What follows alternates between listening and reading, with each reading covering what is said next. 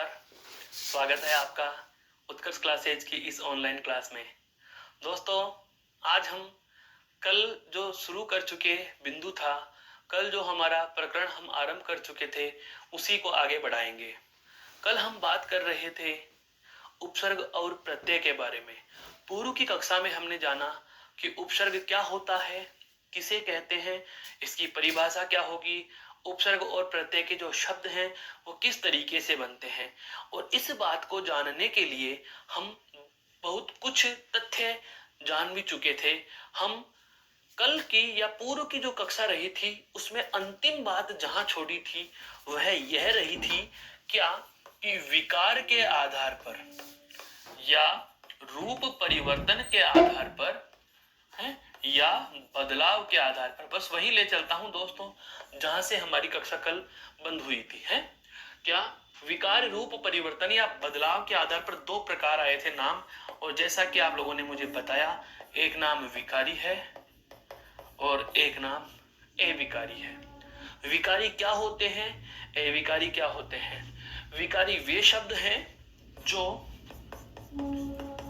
लिंग, वचन, काल और कारक, ये शब्द परिवर्तन की चार इकाइयां होती हैं। ऐसे शब्द जो लिंग, वचन, काल और कारक के आधार पर बदले नहीं जाते वो तो होते हैं अविकारी, और ऐसे शब्द जो लिंग, वचन, काल और कारक के आधार पर बदले जाते हैं वो क्या होते हैं? विकारी। अर्थात मेरे कहने का आशय यह हुआ कि विकारी और अविकारी जो शब्द हैं, विकारी और अविकारी जो शब्द हैं, ये दोनों के दोनों इन चारों परिवर्तन की इकाइयों पर निर्भर करते हैं।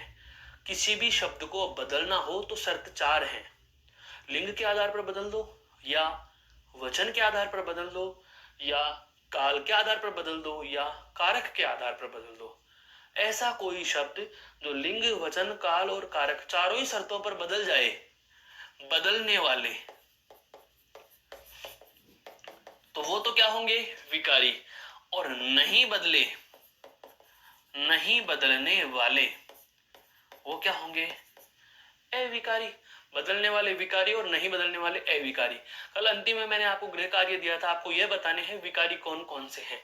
विकारी कौन कौन से हैं? जैसा कि आपने बताया, संज्ञा है, सर्वनाम है, विशेषण है, और चौथा और अंतिम विकारी शब्द क्या होता है दोस्तों?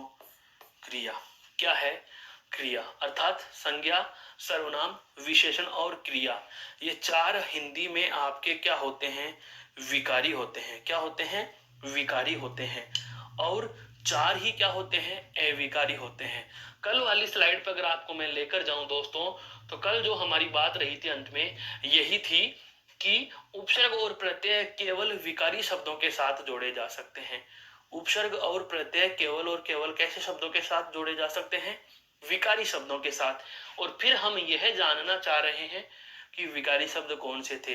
तो विकारी शब्द जो थे, विकारी शब्द जो थे दोस्तों, वे क्या थे? विकारी शब्द वे थे जो लिंग, वचन, काल और कारक के आधार पर बदले गए। लिंग, वचन, काल और कारक के आधार पर बदले गए। और संख्या में कितने हैं? चार। तो हम सार रूप में क्या कहेंगे? हमारे पास ये लो जी, एक तो क्या आ गया? संज्ञा। एक क्या आया? सर्वनाम। एक क्या आया? विशेषण। और एक क्या है? क्रिया। इन चारों के चारों विकारी शब्दों से पहले यदि कोई शब्दांश जुड़ रहा है तो वह क्या है साथियों? वह उपसर्ग है। वह क्या है? उपसर्ग है। और इन चारों शब्दों के पश्चात कोई शब्दांश जुड़ रहा है तो वह क्या है? प्रत्यय है। अर्थात उपसर्ग और प्रत्यय की कहानी ये है। उपसर्ग और प्रत्यय की कहानी यह है। इस स्लाइड को बहुत गौर से देख लो। क्या कि उपसर्ग हो या प्रत्यय कहाँ जुड़ेंगे? पहले और बाद में। किसके? संज्ञा, सर्वनाम, विशेषण और क्रिया के। इन चारों को हम एक नाम दे तो वो नाम क्या होगा? विकारी। वो नाम क्या होगा? विकारी। मेरे कहने का आशय यही हुआ कि उपसर्ग और प्रत्यय का योग कैसे शब्दों के साथ होता है? विकारी शब्दों के साथ। अब महत्वपूर्ण तथ्य जो आज हम इन कक्षाओं में जोड़ने जा रहे हैं, यहाँ इनमें जोड़ने जा रहे हैं, इनकी थ्योरी में जोड़ने जा रहे हैं, वह क्या है, वह जानिए।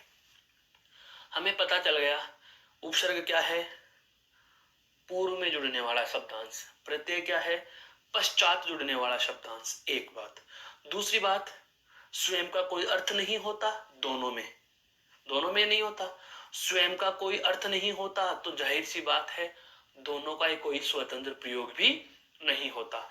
तीसरी महत्वपूर्ण बात हमें पता चली, वह क्या चली कि ये दोनों के दोनों ही, चाहे उपसर्ग हो चाहे प्रत्यय हो, वो विकारी शब्दों के साथ जुड़ते हैं। ठीक है जी, मान ली बात, विकारी शब्दों के साथ जोड़ दिया। अब अगला तथ्य और बहुत महत्वपूर्ण सवाल जो मैं अब आपसे पूछने जा रहा हूं कि उपसर्ग और प्रत्यय स्वयं कैसे होते हैं। कल भी इस बात पर हल्की सी चर्चा हमारी हो चुकी थी, इसका हिंट मैंने आपको दिया था कि उपसर्ग और प्रत्यय के लिए यदि आपसे पूछा जाए कि आप इन्हें विकारी शब्द की श्रेणी में रखोगे या अविकारी शब्द की श्रेणी में रखोगे, तो बताइए दोस्तों इसका जवाब क्या होगा।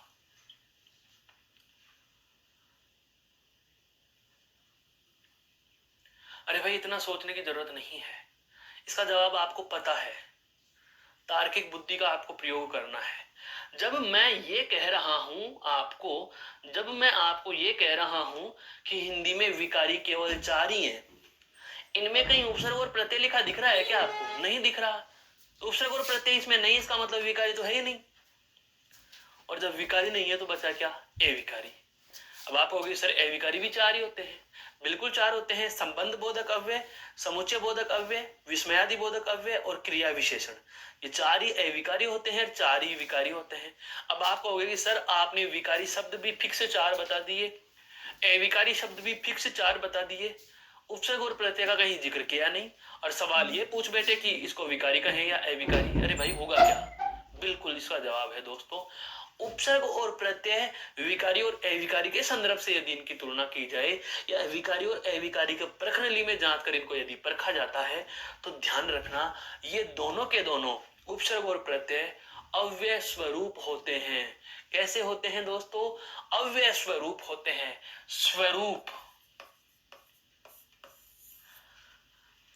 स्वरूप का मतलब होता है के अनुसार, के जैसे,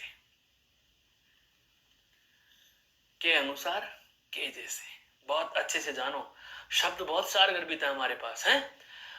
स्वरूप का मतलब क्या हुआ? अव्यय स्वरूप, अर्थात अव्यय के जैसे होते हैं। अव्यय नहीं होते, अव्यय के जैसे होते हैं। उदाहरण समझ लो भाई, उदाहरण समझ लो, जैसे मैंने दुकान के आगे लिखा था दार प्रत्यय है, और हार के पहले लगाया था प्र उपसर्ग लगाया था। प्र को बहुवचन बनाओ प्रो बनता है क्या? स्त्रीलिंग बनाओ प्री बनता है क्या? नहीं बनता, नहीं बदल रहे। दार को बनाओ दारो या दारी, नहीं बदल रहा।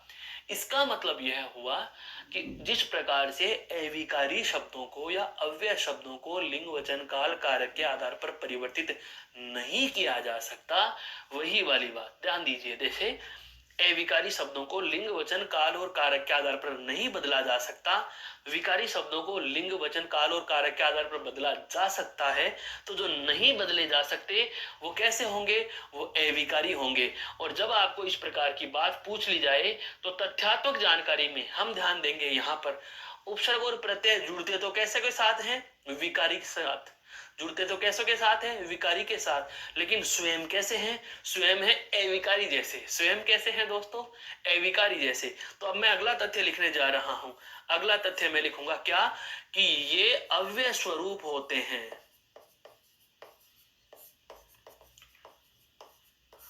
ये अव्यय स्वरूप होते हैं। ये कैसे होते हैं दोस्तों? अव्यय स्वरूप होते हैं। ये कैसे होते हैं? अव्यय स्वरूप होते हैं। अब बात करें इसके लिए, बात करें ये कैसे होंगे, तो ये भी अव्यय स्वरूप होते हैं दोस्तों। ये भी कैसे होंगे? ये भी अव्यय स्वरूप होते हैं। मेरा कहने का मतलब यह हुआ, इन दोनों लाइनों को बहुत अच्छे से जान लीजिए, इन दोनों लाइनों को बहुत अच्छे से जान लीजिए। मेरे कहने का आशय यह है कि उपसर्ग और प्रत्यय खुद तो कौन से शब्दों के साथ जुड़ेंगे, विकारी शब्दों के साथ, अर्थात बदलने वाले शब्दों के साथ।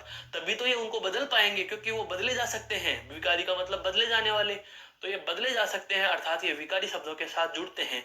लेकिन खुद कैसे हैं, खुद अपरिवर्तनीय हैं। उपसर्ग और प्रत्यय को आप लिंग और वचन, काल और कारक के आधार पर बदल नहीं सकते। वो स्वयं अविकारी हैं, जुड़ते विकारी के साथ में होंगे, लेकिन स्वयं परिवर्तन की योग्यता नहीं रखते। अर्थात ये स्वयं क्या कैसे होंगे, अव्यय स्वरूप। अव्यय स्वरूप का मतलब ये अव्यय के जैसे होते हैं। ये दोस्तों अव्यय के जैसे होते हैं। अब अगला तथ्य मैं फिर से बोलूंगा। अगला तथ्य कुछ इस प्रकार से बनाएंगे। कैसे, इससे बनेगा है, एक तरफ क्या हो गया विकारी और एक तरफ क्या हो गया अविकारी है। हम इस सूत्र को खोलकर लिखें तो हम ऐसे लिख सकते हैं या नहीं, कैसे देखो, उपसर्ग प्लस विकारी या विकारी प्लस प्रत्यय। हिंदी नहीं है, मैथ्स है, मैथ्स, मैथ्स की तरह है पूरा का पूरा, बिल्कुल। व्याकरण में आप क्या करते हैं, रट लेते हैं, 4 उदाहरण रट लिए प्रत्यय के उपसर्ग के, हो गया परीक्षा में प्रश्न हल। कुछ नहीं होता, कुछ नहीं होता उससे है। हमें जब यही नहीं पता कि ये बने कैसे, जुड़े कैसे, जुड़ते किससे हैं और क्यों जुड़ते हैं और कैसा बदलाव हुआ, जब तक ये नहीं जानेंगे रटते रह जाएंगे। ये तथ्य समझ में आ गए, एक शब्द भी रटने की जरूरत नहीं पड़ेगी। आप सीधे सीधे आंसर देके चले जाओगे, सीधे सीधे उत्तर दे दोगे। अभी बताऊंगा आपके समक्ष में उदाहरण प्रस्तुत करके कि देखो इसका उदाहरण मुझे नहीं पता, इसका उत्तर मुझे नहीं पता, लेकिन मुझे ये फैक्ट पता है और इन तथ्यों के आधार पर हम इसके सही जवाब तक पहुंचेंगे। आएगी वो बातें आगे, पहले इधर देखिए। इस सूत्र को हमने इस तरीके से तोड़ लिया। क्यों तोड़ा, देखो, उपसर्ग प्लस विकारी एक भाग हो गया, या फिर विकारी प्लस प्रत्यय, विकारी प्लस प्रत्यय। विकारी उपसर्ग कैसा है, अव्यय का, अविकारी जैसा, अविकारी जैसा है। क्योंकि अभी अभी हमने जाना है, ये देखो अभी अभी हमने जाना है, ये रहा, ये अव्यय स्वरूप होते हैं अर्थात अविकारी के जैसे। ये भी अव्यय स्वरूप होते हैं अर्थात अविकारी के जैसे। तो अब मेरे दोस्तों ये जवाब आप देना कि एक तो है विकारी और एक तरफ क्या हो गया अविकारी। यहाँ भी एक तरफ तो क्या है विकारी और एक तरफ क्या हो गया प्रत्यय, क्या है अविकारी का जैसा। तो विकारी प्लस अविकारी या अविकारी प्लस विकारी, समझ में आ रहा है, अविकारी प्लस विकारी या विकारी प्लस अविकारी। रिजल्ट क्या आएगा बताओ, विकारी या अविकारी। अरे सर बहुत मजा आने वाला है, बिल्कुल दोस्तों आनंद आने वाला है इस चीज में, बहुत मजे की चीज है ये। मजे की चीज ऐसे है कि हमें ये फैक्ट्स पता है, तथ्य जानने हैं, इनका हमें सार निकालना है कि कहना क्या चाह रहे हैं। संज्ञा, सर्वनाम, विशेषण और क्रिया, इन चारों को हम एक नाम में क्या कह सकते हैं, विकारी कह सकते हैं। और उपसर्ग और प्रत्यय क्या है भाई साहब, उपसर्ग और प्रत्यय क्या है अविकारी है। तो अब आप ही बताओ, एक तरफ हो गया विकारी, एक तरफ क्या हो गया अविकारी। जैसे सम संख्या और विषम संख्या है, जैसे सम संख्या और विषम संख्या, तो सम और विषम का योग क्या होगा, विषम है। देख लो भाई, सम संख्या प्लस विषम संख्या योग क्या हुआ, विषम संख्या। वही वाली बात यहाँ आती है दोस्तों कि जब विकारी के साथ अविकारी जुड़े या अविकारी के साथ विकारी जुड़े, परिणाम सदैव क्या आएगा, अविकारी आएगा। परिणाम सदैव क्या आएगा, अविकारी आएगा। तो यहां से आपके संस्कृत और हिंदी व्याकरण का एक कॉमन तथ्य बता देता हूं दोस्तों कि जब भी आप अव्यय पढ़ते हो, अव्यय शब्द रटते हो, तो रटना नहीं, एक तथ्य याद रख लो, क्या, कि उपसर्ग या प्रत्यय जुड़ा हुआ शब्द अविकारी होता है। बताओ समझ में आया कि नहीं आया, उपसर्ग या प्रत्यय जुड़ा हुआ शब्द अविकारी होता है। क्यों होता है, क्योंकि उपसर्ग और प्रत्यय, क्योंकि उपसर्ग और प्रत्यय, कंप्यूटर महोदय मुझे स्विच करे जरा, उपसर्ग और प्रत्यय बहुत अच्छे से समझना इसको। उपसर्ग और प्रत्यय दोनों के दोनों, उपसर्ग और प्रत्यय, मेरा मार्कर चलता हुआ दिख रहा है मेरे दोस्तों, उपसर्ग और प्रत्यय दोनों के दोनों क्या है अविकारी हैं। दोनों के दोनों क्या है दोस्तों अविकारी। और ये दोनों अविकारी, ये दोनों अविकारी जो हैं आपके, ये दोनों के दोनों जो अविकारी हैं किसके साथ जुड़ रहे हैं, विकारी के साथ जुड़ रहे हैं। किसके साथ जुड़ रहे हैं? विकारी के साथ जुड़ रहे हैं। और रिजल्ट क्या आ रहा है? अविकारी। रिजल्ट क्या आ रहा है?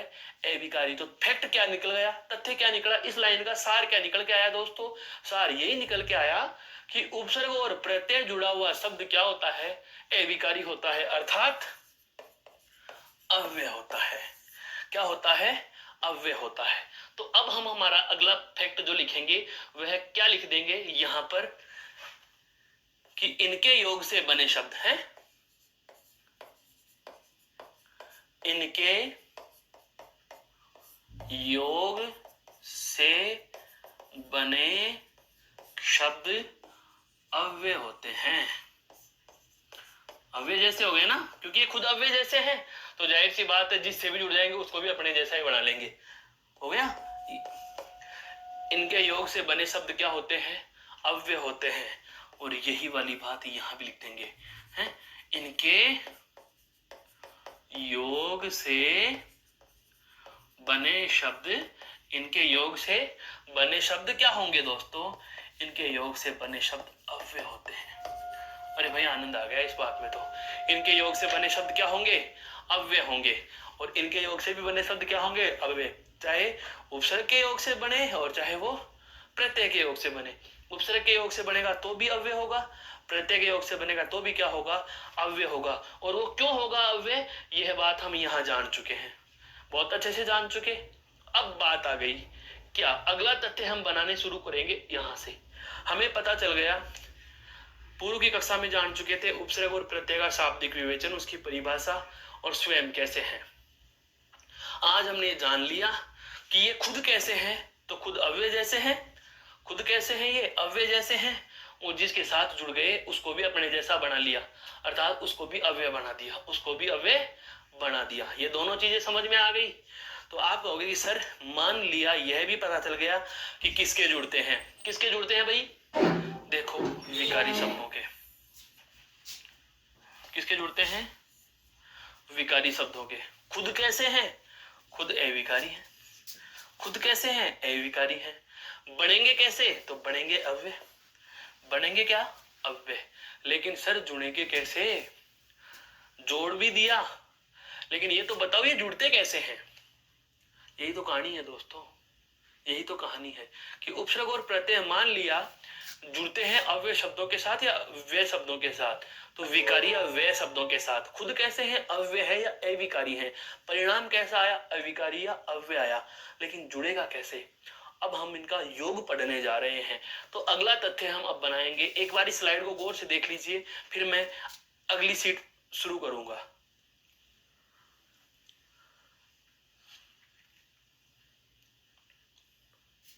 अब देखो अगली बात हम जानना आरंभ करेंगे दोस्तों। वही एक तरफ उपसर्ग और वही एक तरफ प्रत्यय, वही एक तरफ उपसर्ग है और वही आपका एक तरफ प्रत्यय है। उपसर्ग हो गया और एक तरफ क्या हो गया? प्रत्यय हो गया। एक तरफ उपसर्ग हो गया और एक तरफ प्रत्यय हो गया। क्या 9 बातें हम जान चुके हैं। ये 9 बातें हमारे पास आ चुकी कि इनके बने योग क्या होंगे? अव्यय होंगे। अब हमें इनका योग करना है कि योग होता कैसे है। तो देखो एक उदाहरण से समझ में आएगा आपके। जैसे मेरे पास एक शब्द है आशा। शब्द क्या है दोस्तों? आशा। और मुझे उपसर्ग जोड़ना है कौन सा? प्रति। उपसर्ग कौन सा जोड़ना है? प्रति। शब्द क्या बनेगा? बताओ जरा, शब्द क्या बनेगा? है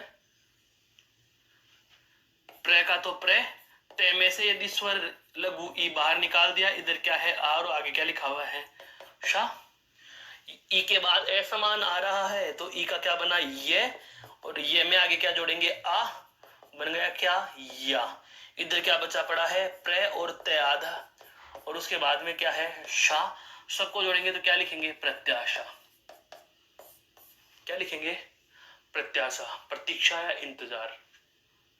यही हुआ।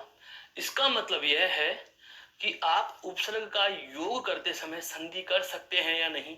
सवाल समझो मेरा। अरे भाई उपसर्ग के योग में संधि हो सकती है या नहीं, यहां पर इस बात पर मत जाना इस बात पर मत जाना, ये तो शब्द का विवरण है कि उपसर्ग शब्द कैसे बना। उपसर्ग शब्द उप और सर्ग के संयोग से बना है। अब यहां से उस चीज का लेना देना कुछ नहीं है, यहां से इस चीज का कुछ भी लेना देना नहीं है दोस्तों। यहाँ तो बात ये लगा रही है। यहाँ मेरा कहने का मतलब ये है कि आप मुझे बताइए कि उपसर्ग जुड़ते समय संधि हो सकती है या नहीं। ना तो कर ही नहीं सकते भाई, उदाहरण आपके सामने है। हाँ होगी। तो जाहिर सी बात है, अगला जो मैं तथ्य लिखने जा रहा हूं, तथ्य को पहले लिखेंगे, उसके बाद समझ में आएगा क्या तथ्य है। यहाँ 10वां तथ्य जोड़ सकते हैं इसको, क्या कि उपसर्ग के योग से संधि पद बनाए जा सकते हैं। कहने का मतलब यह है कि संधि में उपसर्ग का हम प्रयोग पढ़ते हैं। अरे एक नहीं अनेक उदाहरण बता रहा हूं मेरे साथियों। यण संधि में बहुत सारे उपसर्ग पढ़ते ही पढ़ते हो, अयादि संधि में भी हम उपसर्ग पढ़ते हैं, व्यंजन संधि में सम का उपसर्ग का नियम पढ़ते हैं, हलंत मैं का नियम हम पढ़ते हैं, उत और उद उपसर्ग का नियम पढ़ते हैं, निर और निस उपसर्ग का नियम पढ़ते हैं, दुर और दुस उपसर्ग का नियम पढ़ते हैं।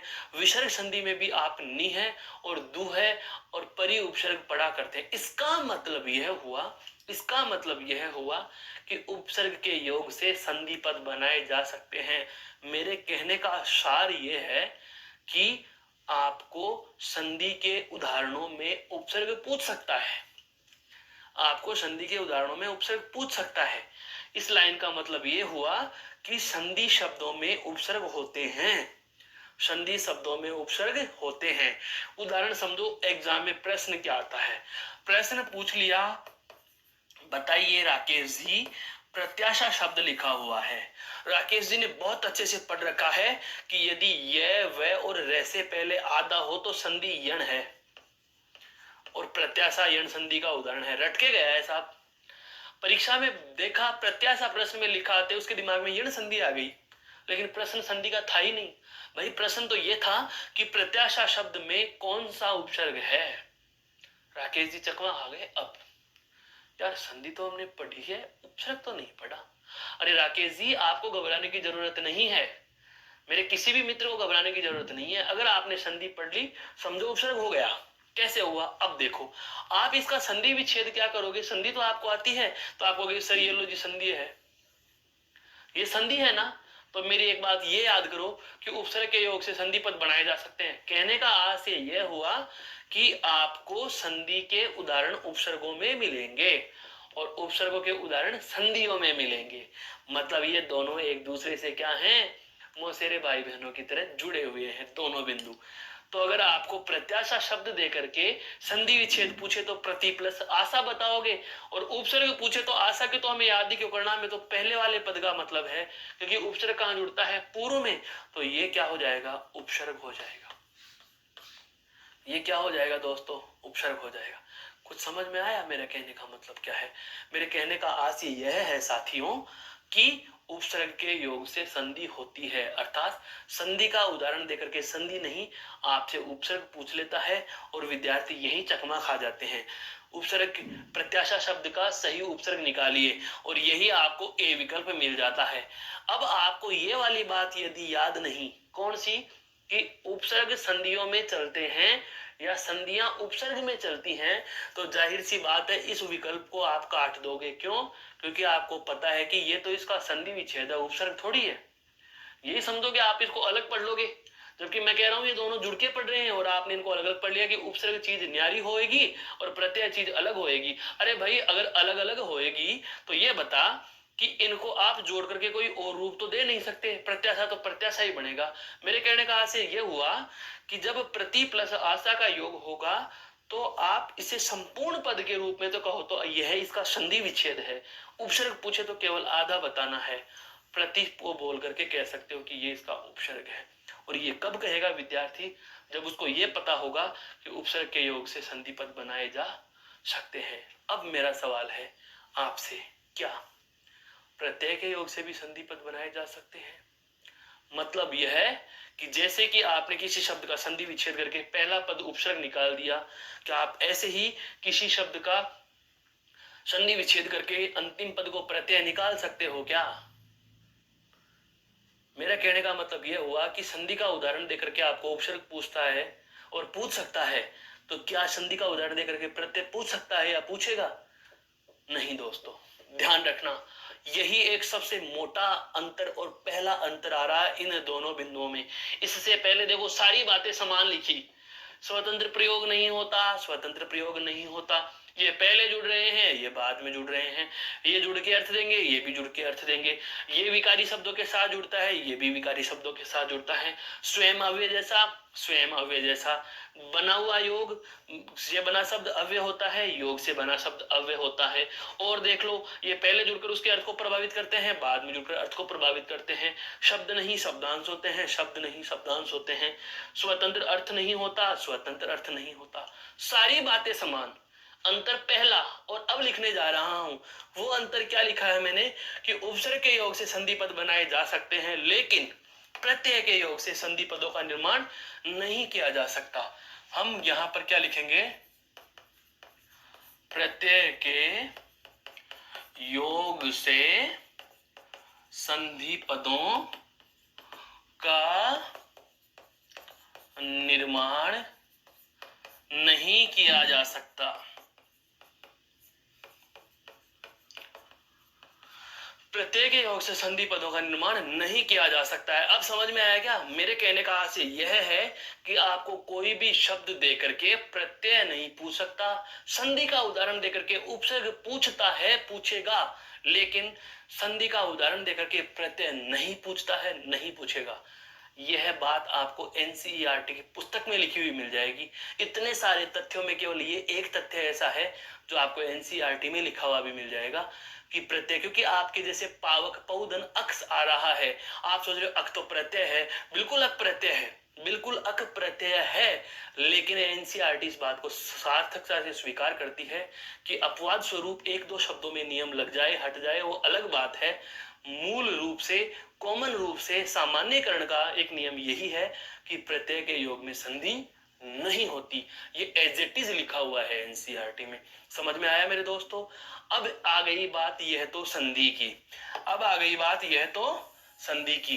अब मेरा अगला सवाल आप जैसे विद्वान साथियों से फिर से है, क्या समास के संदर्भ से पूछ लिया जाए, क्या उपसर्ग के योग से सामासिक पद बनाए जा सकते हैं? बताओ, क्या उपसर्ग के योग से सामासिक पद बनाए जा सकते हैं? मेरे कहने का मतलब यह है कि अगर आपको संधि का उदाहरण देकर उपसर्ग पूछ सकता है, तो क्या आपको समास का उदाहरण देकर भी उपसर्ग पूछ सकता है क्या? बिल्कुल हाँ, हाँ पूछ सकता है। क्यों? क्योंकि अव्ययी भाव पूरा का पूरा अव्ययी भाव समास की परिभाषा क्या कह रही है, ध्यान से सुनना। अव्ययी भाव समास की परिभाषा ये कहती है कि जिस समस्त पद में पहला पद प्रधान या अव्यय या उपसर्ग हो, ध्यान से सुनना दोस्तों, पहला पद प्रधान अव्यय या उपसर्ग होता है अव्ययी भाव समास में। इसके अलावा आपके कर्मधारय समास में भी यदि किसी उपसर्ग को विशेषण की तरह प्रयुक्त कर लिया जाए, वहां कर्मधारय समास होता है। नए तत्पुरुष समास में भी हम पढ़ते हैं ए या अनुपसर्ग का प्रयोग करके नहीं का अर्थ देने हेतु सामासिक पदों का निर्माण किया जा सकता है। बहुब्रीहि समास में भी पढ़ते हैं से या साथ का अर्थ देने के लिए से या सह उपसर्ग का प्रयोग करके सहित के अर्थ हेतु सामासिक पदों का निर्माण किया जा सकता है। आप नकार नहीं सकते। कहने का मतलब अगला तथ्य मैं लिखने जा रहा हूं, ध्यान देना जरा इस बात पर, क्या कि उपसर्ग के योग से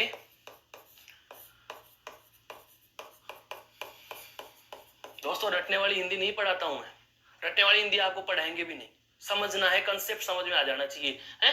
उपसर्ग के योग से सामासिक पदों का निर्माण भी किया जाता है, सामासिक पदों का निर्माण किया जा सकता है। बस ये दो लाइन अगर आपको याद है तो आप किसी भी उपसर्ग और प्रत्यय का उदाहरण का आंसर दे सकते हैं।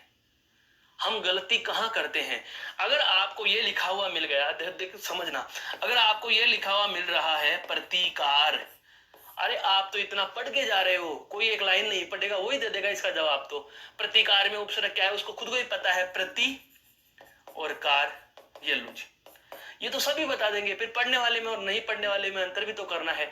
तो परीक्षक कभी भी ये ऐसे उदाहरण तो आपको किताबों में इसलिए लिखे हुए मिलते हैं कि पन्ने भरे हुए मिल जाए, हाँ कि एक उपसर्ग के 10 उदाहरण दे दिए साहब किताब लिखने वाले ने, लेकिन उनके 10 के 10 काम के नहीं है दोस्तों। काम का वही उदाहरण है जो आपको समास से क्रॉस पढ़ाता है, जो आपको संधि में क्रॉस पढ़ाता है, जो आपको उपसर्ग में क्रॉस पढ़ाता है, वह उदाहरण ही काम का है। उदाहरण आ गया, हाँ बिल्कुल उदाहरण आ गया, क्या? जैसे प्रत्युत्पन्न, प्रत्युत्पन्न। अब यहां पर ये देखो, ये यण संधि का उदाहरण है, ये यण संधि का उदाहरण है, प्रति प्लस उत्पन्न, प्रति प्लस उत्पन्न। ये यण संधि में पढ़ा है आपने कि ई के बाद उ आ रहा है, असमान स्वर आ रहा है, तो ई का ये बना, उ की लगा दी मात्रा, यू बन गया। ये लो, ये आपने यण संधि में पढ़ा है, उपसर्ग में कहीं नहीं पढ़ा होगा, कहीं लिखा हुआ भी नहीं आता ऐसा, लेकिन आपको संधि पता है। और संधि पता होने के साथ साथ एक लाइन ये भी पता है कि उपसर्ग के योग से संधि पद बनाया जा सकता है। तो जाहिर सी बात है, आप ये पूरा का पूरा तो लिखेगा तो विच्छेद हो गया, और केवल अकेला लिख के आगे तो उपसर्ग हो गया। कुछ समझ में आया मैंने क्या कहना चाहा है? मैंने ये कहना चाहा है दोस्तों कि उपसर्ग के संदर्भ में अगर प्रश्न पूछता है तो विद्यार्थी को 100% भ्रमित करने के लिए संधि या समास का उदाहरण देता है। और विद्यार्थियों की या मेरे जैसे या आप जैसे मेरे सभी मित्रों की आदत रही है शुरू से कि हर एक टॉपिक को अलग अलग पढ़ते हैं। नहीं, ये तो उपसर्ग है, ये संधि है, ये समास है। अरे भाई, उपसर्ग संधि समास कुछ नहीं, ये हिंदी है, बस इतना समझ लो। हिंदी है तो सारे के सारे अंतर संबंधित हैं, सभी के सभी टॉपिक एक दूसरे से जुड़े हुए हैं, गुथे हुए हैं, उलझे हुए हैं।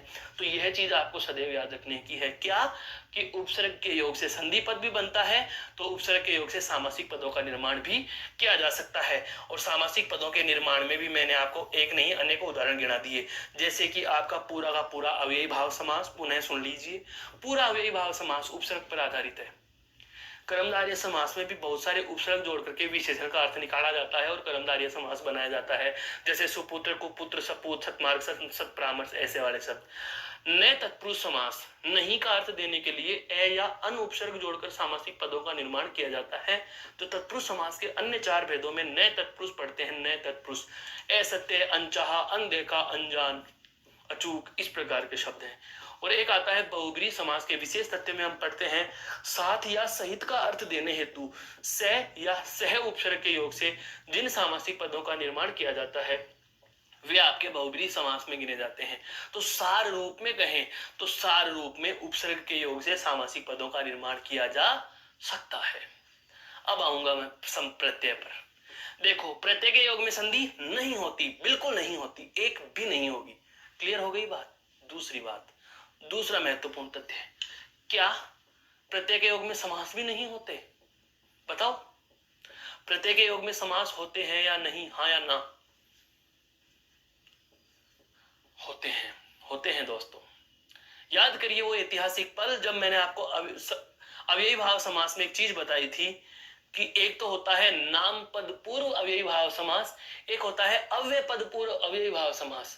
यदि नाम पद पूर्व अव्ययी भाव समास का उदाहरण आपको मिल जाता है, जैसे शब्द आता है विवाहेतर, आया हुआ शब्द है, ये एग्जाम में आया हुआ है, विवाहेतर, विवाह प्लस इतर है। शब्द आ जाता है मृत्युप्रांत, मृत्यु प्लस उपरांत है, ऐसे शब्द दिए जाते हैं।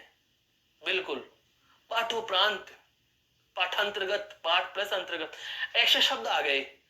नाम पद पूर्व अव्ययी भाव समास, ऐसे अव्ययी भाव समास के उदाहरण जिनमें संज्ञा पद पहले है बाद में अव्यय हो। एक बात।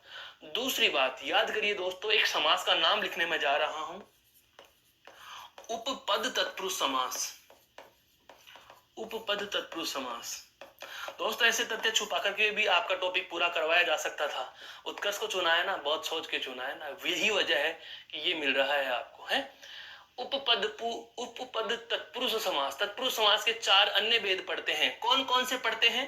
बिल्कुल, हाँ, 4 भेद पढ़ते हैं हम। कौन कौन सा? न तत्पुरुष, न तत्पुरुष, लुप्त पद तत्पुरुष,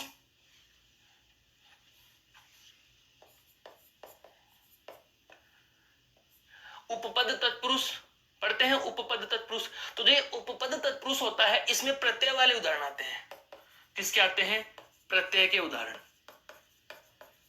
बिल्कुल, कौन से आते हैं? प्रत्यय के उदाहरण आते हैं।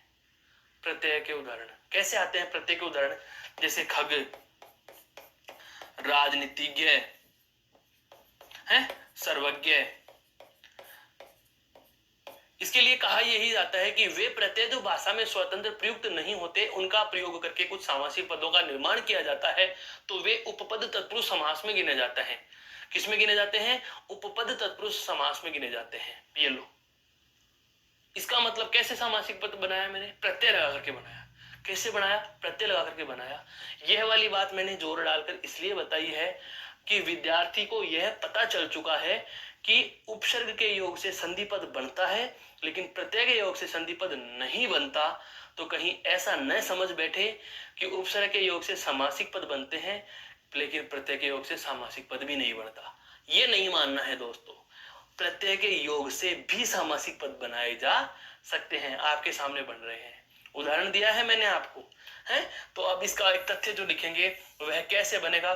तथ्य कुछ इस प्रकार से होगा। इसकी तथ्य की लाइन हम ऐसे बना लेंगे। क्या? 11वां तथ्य है, प्रत्यय के योग से भी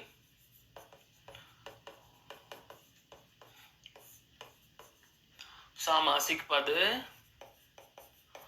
बनाए जा सकते हैं। प्रत्यय के योग से भी सामासिक पद बनाए जा सकते हैं। प्रत्यय के योग से भी सामासिक पद बनाए जा सकते हैं। आप उदाहरण भी लिख सकते हो इसके नीचे आप अपनी कॉपी में। एक तो कौन सा? नाम पद पूर्व अव्ययी भाव समास। और एक आप लिख सकते हो, अलुक नहीं लिखना है। जो 4 प्रकार हैं, अलुक तत्पुरुष, उपपद तत्पुरुष, नए तत्पुरुष और लुप्त पद तत्पुरुष, उसमें से केवल एक नाम याद रखना है, उपपद तत्पुरुष। उपपद तत्पुरुष समास के सारे उदाहरण प्रत्यय के योग से बनते हैं। उपपद तत्पुरुष समास, बिल्कुल मोटे मोटे अक्षरों में इसको लिख लीजिए। जैसे उपपद तत्पुरुष समास के, जैसे उपपद तत्पुरुष समास के, कहीं भी लिख लीजिए, महत्वपूर्ण बात है। जैसे उपपद तत्पुरुष समास के समस्त उदाहरण, उपपद तत्पुरुष समास के समस्त उदाहरण प्रत्यय के योग से बनाए जाते हैं। प्रत्यय के योग से बनाए जाते हैं। ये बात लिख ली, क्लियर हुआ? अब बढ़ते हैं आगे। यहां तक की बात समझ में आई कि उपसर्ग क्या है, प्रत्यय क्या है, उपसर्ग किसके साथ जुड़ेगा, प्रत्यय किसके साथ जुड़ेगा। अब बात आ रही है, क्या सर केवल समास के एक तरीके में जुड़ा, इसके अलावा अगर हमें और प्रत्यय जोड़ने हो तो प्रत्यय कैसे जोड़ें? उपसर्ग तो हम जोड़ लेंगे, या तो संधि से जोड़ लेंगे, सारी संधियों में जोड़ देंगे, सारे समासों में जोड़ देंगे। लेकिन प्रत्यय में तो ऐसा नहीं है। प्रत्यय में तो केवल एक समास का नाम आया है, उपपद, जिसके भी 5-10 उदाहरण मिलते हैं। तो बचे हुए प्रत्यय कैसे जोड़ते हैं? तो प्रत्यय कैसे जोड़े है? उपसर्ग का तो जोड़ना पता चल चुका ना दोस्तों। उपसर्ग को कैसे जोड़ देंगे? उपसर्ग देखो, एक तथ्य लिख लेंगे अलग से ही, हम इसको एक हेडिंग डालेंगे। क्या? उपसर्ग कैसे जुड़ेगा? उपसर्ग जुड़ते कैसे हैं? छोटे बच्चों को पढ़ाते ना, वैसे बता रहा हूं ये वाली चीजें है। उपसर्ग कैसे जुड़ते हैं? तो सबसे पहले तो हमने उपसर्ग को कैसे जोड़ा दोस्तों? संधि से।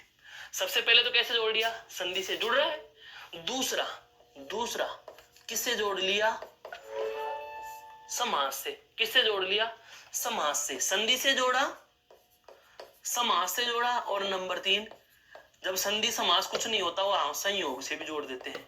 जैसे कि उपहार है, जैसे उपहार है, वहां संयोग से जोड़ दिया।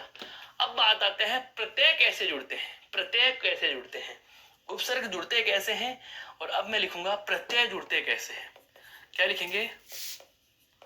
प्रत्यय कैसे जोड़े। बहुत अच्छी चीजें बता रहा हूं दोस्तों, हैं। प्रत्यय कैसे जोड़े वो समझो। प्रत्यय कैसे जोड़े, मैं तथ्य लिख रहा हूं, फिर समझाऊंगा। क्या? पहली बात, यदि प्रत्यय का प्रथम वर्ण स्वर हो, यदि प्रत्यय का प्रथम वर्ण स्वर हो। कैसे दोस्तों? समझो इस बात को। इस बात को आप समझेंगे। एक बार इस रफ वाली चीज को हम मिटाते हैं। अब हम चलते हैं थोड़ा सा और आगे कंसेप्ट समझने के लिए। मान लीजिए, बिल्कुल मान लीजिए प्रत्यय है आई। प्रत्यय कौन सा है? आई। ठीक है। और शब्द है हमारे पास लड़ना, या लड़ धातु है, प्रत्यय जोड़ना है आई, तो शब्द क्या बनेगा? लड़ाई। अब आप ये कह दोगे सर कि यहाँ तो आ था और यहाँ ए था, तो दीर्घ संधि होनी चाहिए, नहीं हो रही है। प्रत्यय का यदि प्रथम वर्ण स्वर हो, प्रत्यय का यदि प्रथम वर्ण स्वर हो तो मूल शब्द ये हो गया, इसको क्या कहेंगे हम? मूल शब्द। और यहाँ पर ये क्या है दोस्तों? प्रत्यय। नियम समझना, यदि प्रत्यय का प्रथम वर्ण स्वर हो तो मूल शब्द के अंतिम वर्ण पर उसकी मात्रा लगा दी जाती है, अर्थात व्यंजन पे आ की मात्रा लगा दी, अड़ा कर दिया। समझ में आया? जैसे इतिहास है, इतिहास है, यहाँ तो आप कह दोगे कि सर हम नहीं मानेंगे, ए और आ भी तो आई होता है, तो आई हो रहा है, क्या पता संधि ही हो, हम जबरदस्ती कैसे मान लें? यहाँ मान लो भाई, है इतिहास में मुझे एक जोड़ना है, से में यहाँ पर क्या है भाई? ए, और इधर क्या है? ई। अगर संधि होती है, अब समझना, यदि प्रत्यय के योग में संधि होती, मैंने यहाँ पर क्या लिखा? प्रत्यय के योग में संधि पदों का निर्माण नहीं किया जा सकता। अगर ऐसा होता, प्रत्यय के योग से यदि संधि पद बनते, तो ए और ई गुण संधि में ध्यान रखना क्या बनते हैं दोस्तों? ए बनते हैं। क्या बनते हैं? ए। अर्थात से पर मात्रा किसकी आती? से की आती। क्या बनता? सेक। क्या बनता? सेक। लेकिन मैंने क्या कहा? प्रत्यय का, ध्यान से सुनना, यदि प्रत्यय का प्रथम वर्ण स्वर हो तो, प्रत्यय का प्रथम वर्ण स्वर हो तो मूल शब्द के अंतिम वर्ण पर इसकी मात्रा लगा देंगे, अर्थात से पर किसकी मात्रा लगा देंगे? छोटी ई की। तो शब्द में ध्यान रखना, ऐतिहासिक में सिकी आता है, सिक, से पे लघु ई की मात्रा ये वाली जुड़ जाती है। कुछ समझ में आया मैंने क्या कहना चाहा है? मेरे कहने का मतलब यह हुआ कि यदि प्रत्यय का प्रथम वर्ण स्वर हो, जैसा कि यहाँ प्रत्यय का प्रथम वर्ण स्वर दिया हुआ है, तो मूल शब्द के अंतिम वर्ण पर हम क्या लगा लेंगे? केवल उसकी मात्रा लगा देंगे, और बाकी एडजेक्टिव जो जाना है। ठीक है। तो नियम क्या हो गया? नियम देखो, यदि प्रत्यय का प्रथम वर्ण स्वर हो तो मूल शब्द के अंतिम वर्ण पर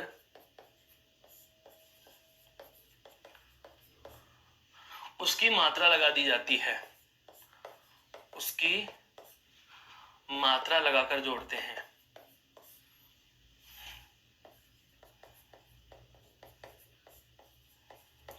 मात्रा लगाकर जोड़ देते हैं। मेरे कहने का मतलब यह हुआ कि यदि प्रत्यय का प्रथम वर्ण स्वर है तो मूल शब्द के अंतिम वर्ण पर उसकी क्या लगा देंगे दोस्तों? मात्रा लगा देंगे। ये तो कब करेंगे?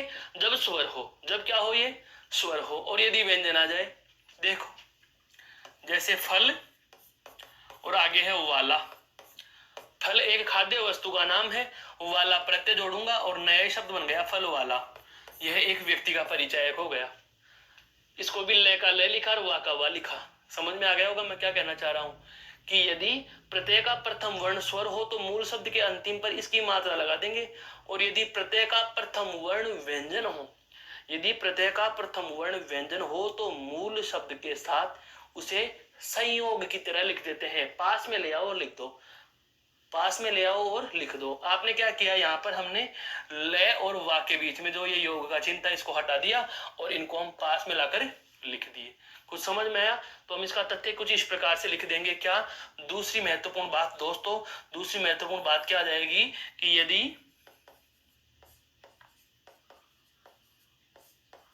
प्रत्यय का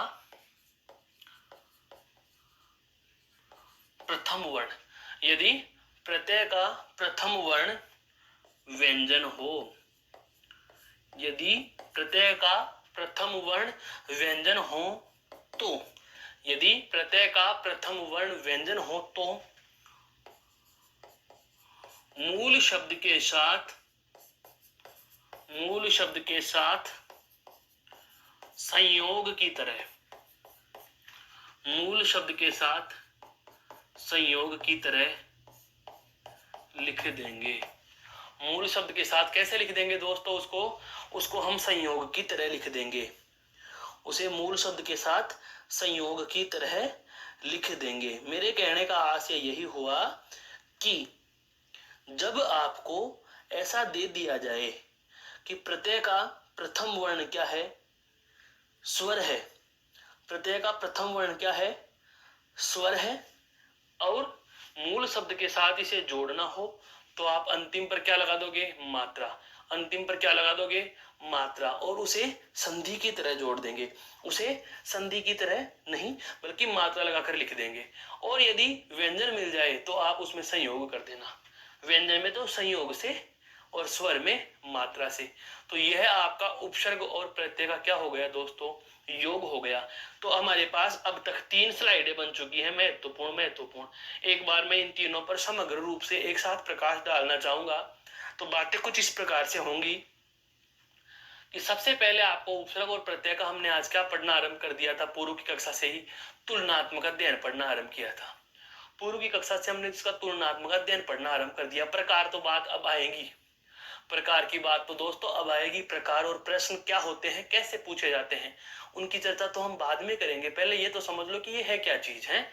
तो इन पर हमें प्रकाश डालने से पता चला कि ये दोनों के दोनों ही शब्दांश होते हैं और इनका कोई स्वतंत्र प्रयोग नहीं होता।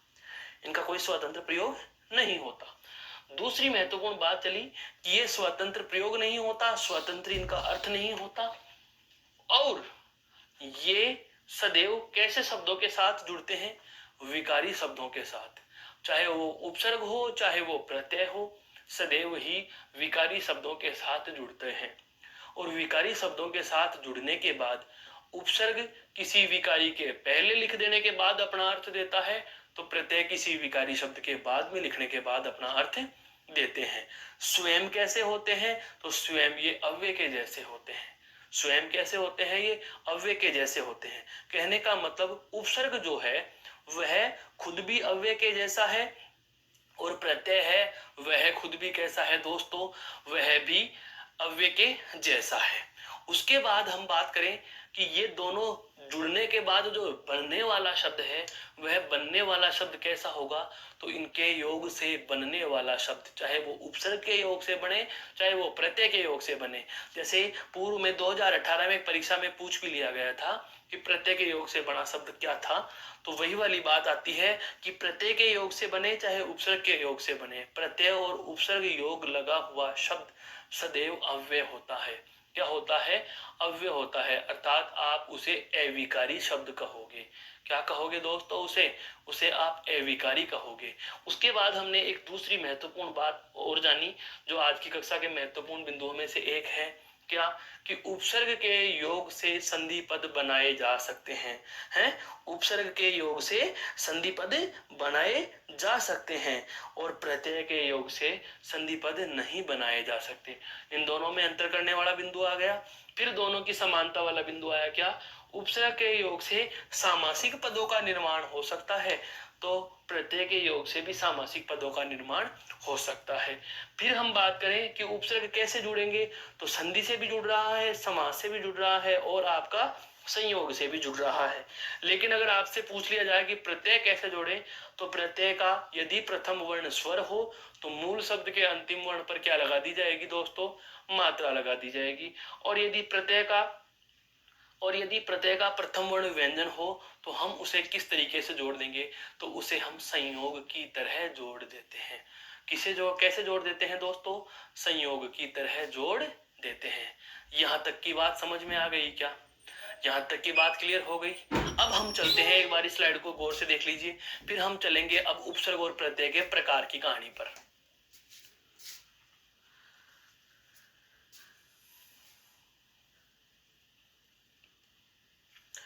सबसे पहले अब बात करते हैं हम उपसर्ग और प्रत्यय के प्रकार। देखो,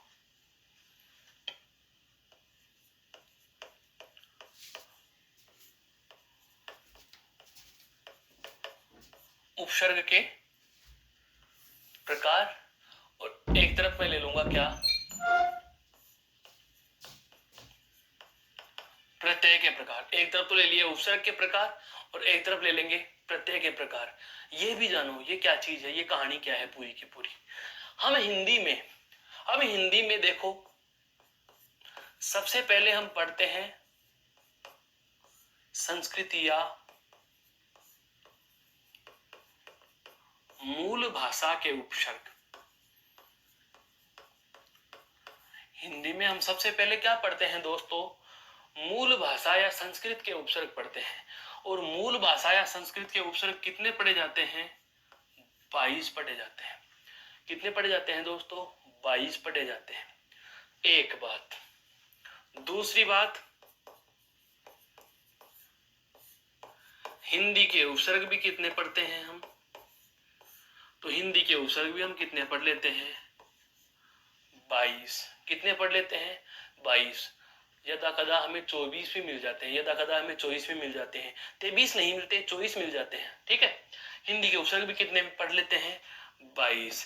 और एनसीईआरटी में तो विदेशी उपसर्ग भी कितने लिख दिए गए? विदेशी उपसर्ग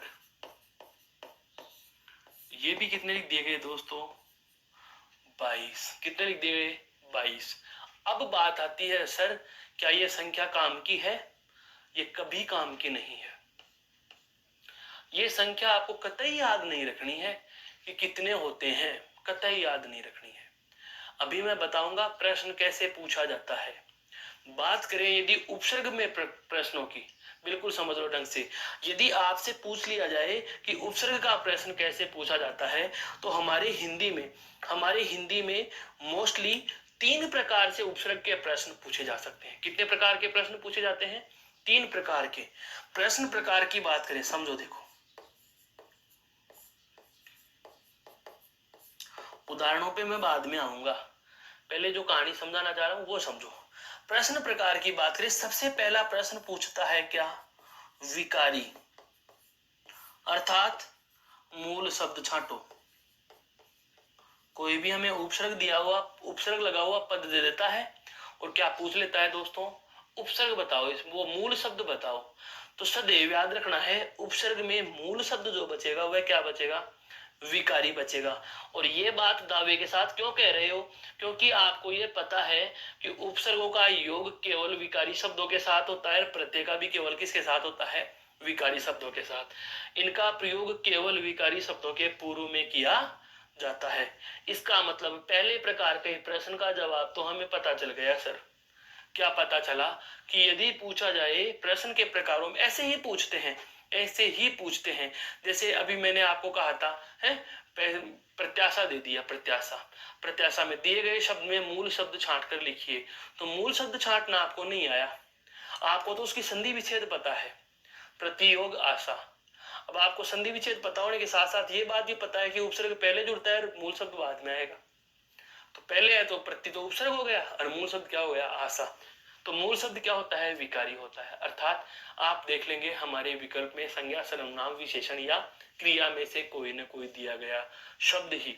और मोस्टली आपको मैं बता देता हूं, सर्वनाम शब्द के उपसर्ग और प्रत्यय में उदाहरण बहुत कम मिलेंगे।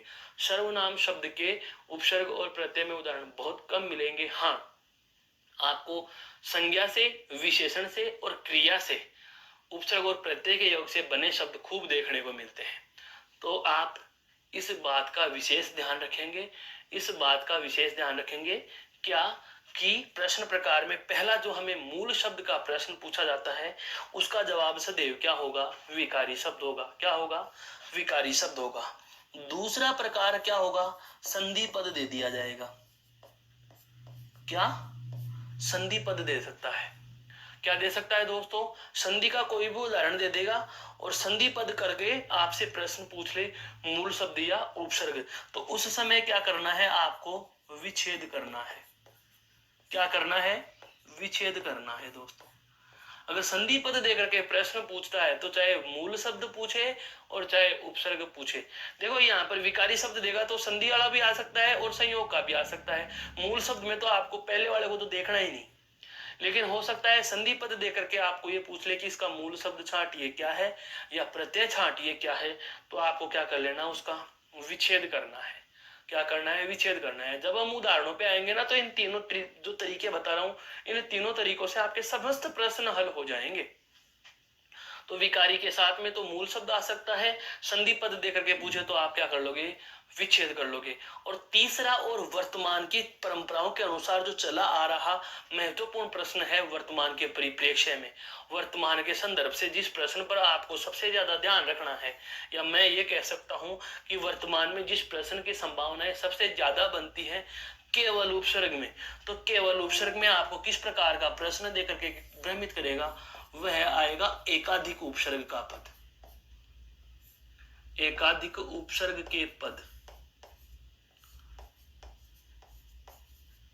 अर्थात आपको ऐसा कोई शब्द दे देगा जिसमें एक से अधिक उपसर्ग होंगे और मूल शब्द निकलवा लेगा। उदाहरण देखो, उदाहरण, हाँ उदाहरण देखो,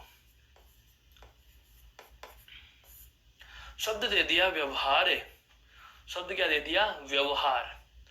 दिए गए शब्द में मूल शब्द छांटिए, दिए गए शब्द में मूल शब्द छांटिए, विकल्प बना रहा है, विकल्प ए में बना दिया अवहार, अवहार, विकल्प ब में बना दिया वहार, विकल्प से में बना दिया हार, और विकल्प द कुछ इस प्रकार से लिख दिया उसने, क्या, अब वह हार, अब वह हार। अब विद्यार्थी को यदि ये तथ्य पता है, ये तथ्य पता है कि उपसर्ग के योग से संधि हो सकती है, ये मैंने पुनः पुनः कह रहा हूं, संयोग पूछेगा तो हर कोई जवाब दे देगा, समास में भी संयोग के उदाहरण ज्यादातर आएंगे। प्रश्न आपको परेशान करेगा केवल संधि वाला, और संधि के उदाहरण दोस्तों हमने बहुत अच्छे से पढ़े हैं, बहुत अच्छे से विस्तार से संधि को समझा है। खूब सारी 6-7 घंटे से भी ज्यादा की कक्षाएं केवल एक संधि पर हो रखी हैं। तो इसका फायदा हमें अब मिलने वाला है। कैसे मिलने वाला है, देखो, आपको अगर व्यवहार शब्द अकेला ही दे दिया और व्यवहार शब्द दे करके उसने पूछ लिया इसका मूल शब्द छांट करके लिखिए, तो मूल शब्द छांट करके लिखने के लिए आपको अगर पता है कि संधि का उदाहरण है तो आप इसका संधि विच्छेद करोगे, वी प्लस अवहार, वी प्लस अवहार, इतना ही लिख दिया। वी प्लस अवहार लिख के ही राकेश ने तो क्या कर दिया कि हमारा तो उत्तर आ गया, सर ने कहा था संधि से ही उपसर्ग निकाल दिया। अरे भाई, उपसर्ग तो उसने पूछा ही नहीं, उपसर्ग उसने नहीं पूछा है। ऐसे प्रश्न में उपसर्ग पूछेगा तो विकल्प कुछ इस प्रकार से होंगे, विकल्प कुछ इस प्रकार से होंगे, ए विकल्प दे दिया वी, बे विकल्प दे देगा वी व अव, वी प्लस अव, से विकल्प दे देगा आपको व प्लस व, व प्लस व प्लस व, और द विकल्प दे देगा उपरोक्त में से कोई नहीं। इस प्रकार से कुछ भी बना दे है। आपको ध्यान रखने की क्या बात है, संधि में यहां तक की बात समझ में आई। फिर दूसरी बात हमें ये भी ध्यान रखनी है, क्या संयोग भी हो सकता है। देखो आगे है, वी प्लस अवहार में इसको और तोड़ो, तो अवहार में तोड़ेंगे तो क्या होगा, अव प्लस हार, अव प्लस हार। तो आपने क्या क्या टुकड़ा कर लिया, वी प्लस अव प्लस हार। इसका सही विच्छेद क्या हो रहा है, वी प्लस अव प्लस हार। अब हमें पता है कि उपसर्ग कहां जुड़ते हैं, पहले मूल शब्द कहां आएगा, लास्ट में। तो ये तो आ गया इसका मूल शब्द, ये रहा। मैंने कुछ नहीं किया ना, कोई उपसर्ग नहीं रटा, मुझे पता ही नहीं उपसर्ग कितने हैं, मुझे तो यही नहीं पता हिंदी में उपसर्ग होते कितने हैं, क्योंकि भाई संख्या कोई निश्चित नहीं है। अंग्रेजी के भी हम हिंदी में पढ़ते हैं, विदेशी में पढ़ेंगे, संस्कृत के भी हम हिंदी में पढ़ते हैं, तत्सम के उपसर्ग पढ़ेंगे, हिंदी के भी हम हिंदी में पढ़ते हैं, तो कैसे निश्चित करेंगे कौन से हैं। अरे भाई, इतनी संख्या थोड़ी गिननी है, गिनना ही नहीं है, एक भी नहीं गिनना, हमें तो डायरेक्ट आंसर पर जाना है। तरीका कर लिया, टुकड़ा कर लिया, टुकड़ा करने के बाद मूल शब्द निकाल दिया। अगर आपको मूल शब्द नहीं पूछा तो हमें पता है उपसर्ग पहले होता है, वो उपसर्ग होता है। अगर आपसे दूसरा प्रश्न पूछे उपसर्ग क्या है, तो वी प्लस अव, ये रहा वी प्लस अव, सही जवाब तक इस तरीके से पूछा जाएगा। ये है प्रश्न पूछने का तरीका, और ये है आपका उत्तर देने का तरीका। ये किस में होता है दोस्तों, उपसर्ग में।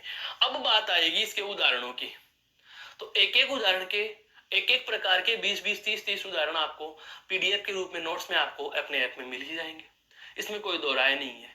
समझ में आया मेरा कहने का तथ्य क्या है, मेरे कहने का आशय क्या है। उपसर्ग के प्रकार आपको संख्या नहीं पूछेगा, प्रश्न के प्रकार मैंने आपको बता दिया, प्रश्न हल कैसे करना है ये मैंने आपको बता दिया। ये वाली बात क्लियर हुई। अब समझने की बात जो है वह कहां पर आएगी, वह आती है आपके प्रत्यय के प्रकार में। किसमें आएगी दोस्तों, प्रत्यय के प्रकार में। और प्रत्यय के प्रकार में देखो समझने की बात क्या है, प्रत्यय के प्रकार अगर आपसे सीधे ही पूछे जाते हैं प्रत्यय के कितने प्रकार होते हैं, तो सीधा आपको जवाब देना है 2। प्रत्यय के कितने प्रकार होंगे दोस्तों, 2 प्रकार होते हैं। कितने प्रकार होते हैं, 2 प्रकार होते हैं। क्या क्या होते हैं देखो, पहला प्रकार